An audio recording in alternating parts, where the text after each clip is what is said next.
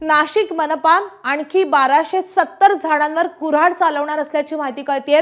मलनिस्सारण केंद्राला अडथळा ठरणारी 1270 झाडं मनपा तोडणार आहे। कुंभमेळ्यासाठी 4 ठिकाणी मलनिस्सारण प्रकल्प उभारला जातोय।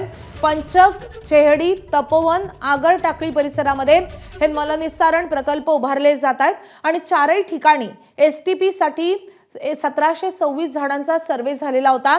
458 झाडं वाचवत 1270 झाडं तोडणार असल्याचं पालिकेचं स्पष्टीकरण आहे। वृक्षतोडी बदल्यात मनपा 17,680 झाडं लावणार आहे असाही दावा करण्यात येतोय।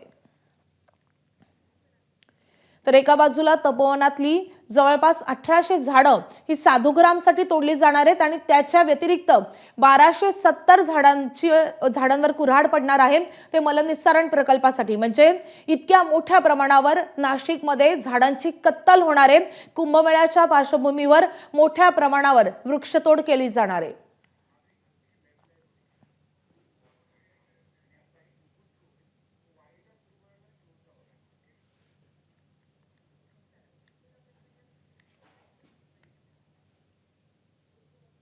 तर या संदर्भात अधिक अपडेट देण्यासाठी आपले प्रतिनिधी मुकुल कुलकर्णी आपल्या सोबत आहे। मुकुल, आपल्याला माहिती आहे आधीच 300 झाडांवर कुऱ्हाड चालवण्यात आलेली आहे। तिकडे तपोवनामध्ये 1800 झाडांवर कुऱ्हाड चालवली जाणार आहे। मात्र 1270 झाडं जी तोडण्यात येणार आहे, तर हा प्रकल्प काय आहे आणि त्यामुळे किती मोठं नुकसान होणार आहे आणि याला कसा विरोध केला जातोय?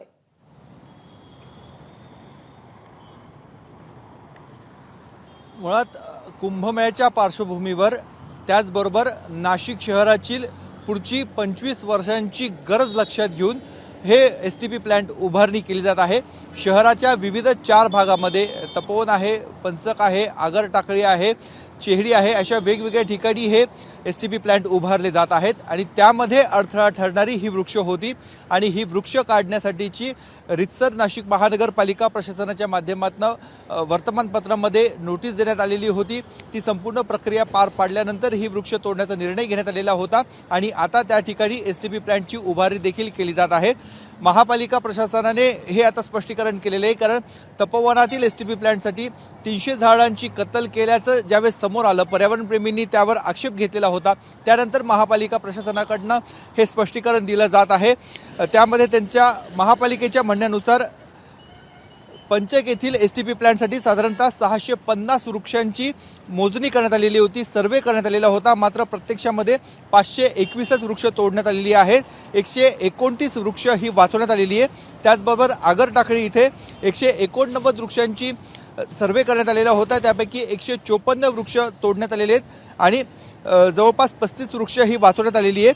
त्याचबरोबर चेहडी इथे 361 वृक्षांची मोजणी करण्यात आलेली होती, त्यापैकी 275 वृक्ष हे तोडण्यात आले आणि 86 वृक्ष वाचवण्यात आले। अशा पद्धतीने साधारणतः 1728 वृक्षांची एकूण सर्वे झालेला होता, त्यापैकी 1270 हे वृक्ष तोडण्यात आल्याचं महापालिका प्रशासनाकडे सांगितलं जात आहे। त्यामध्ये 458 वृक्ष ही वाचवण्यात आलेली आहेत आणि या बदल्यामध्ये एकूण 4ही एसटीपी प्लांटचे मिळून 17,680 वृक्षांची लागवड ही नाशिक शहरामध्ये ठिकठिकाणी केली जात असल्याचं महापालिका प्रशासनाचं म्हणणं आहे।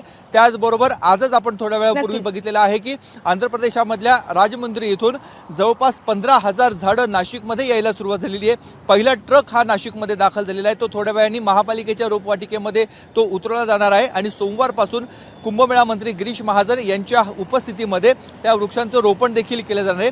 त्यामुळे एका बाजूला वृक्षतोड ही गरजेची आहे, कारण कुंभमेळा आहे, विविध विकास कामं करायची नक्कीच, आणि त्यामुळे आता या संदर्भात कसा विरोध केला जातो हे बघणे तितकंच महत्त्वाचं असणार आहे। मुकुल, धन्यवाद या सगळ्या सविस्तर माहितीसाठी। एबीपी माझा, उघडा डोळे बघा नीट।